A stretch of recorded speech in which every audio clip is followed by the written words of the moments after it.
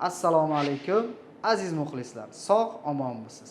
Soch parvarishi bilan bog'liq bo'lgan tavsiyalarni berishda davom etamiz.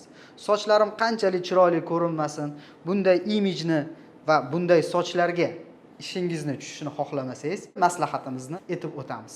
Boshni yuvayotganimizda, boshni teri qatlamlarini yaxshilab tirnoqlarimiz bilan ishqalab yuvgimiz keladi va shu paytda sochlarimizning nozik ildizlariga bilib bilmay shikast yetkazamiz va natijada sochlar to'kiladi va eng yomoni boshning dermo qatlam teri qismi eng yuqa deri qismi qazg'oqqa aylanib ajralishni boshlaydi va qazg'oq ko'payadi va sochlarimiz yana to'kilishda davom etadi.